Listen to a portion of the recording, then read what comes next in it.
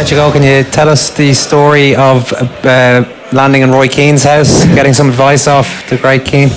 Well, it's a funny story because I was after falling out with Damon Richardson at the time, and I think my ego was after getting the best of me, so I kind of stopped playing for the Champions League match, and I went for a walk, and Roy's mum said to me, "Are you okay?" And I said, "Oh, I'm having a nightmare at the minute." Like, so she said, "Oh, Roy's inside, do you want to see him?" So it was the first time I really got to sit and chat with Roy, and as I walked in, Roy said, "Oh, geez, you're the fella causing all the trouble, are you?"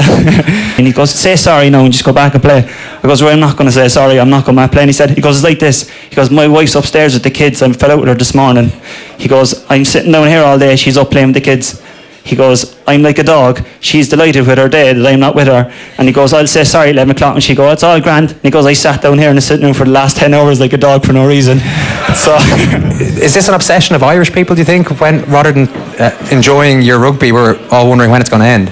I think there's probably two sides to it. Obviously, it's going to happen soon, but soon could be 3 years and not 3 weeks. But it was probably an assumption that a lot of us were going to finish, but I don't think so. I think you have to weigh up an awful lot of factors, and A is your motivation levels, B is enjoyment, and C, you have to be realistic in terms of how you are playing. And I think I've done well this season, so from my point of view, I'm hugely motivated. I think I can add something to the Irish setup, so why not play on? Would everybody here like to see Ronan play for a good few more years yet? But when the game finished, typical Jack, he had no list of penalty takers.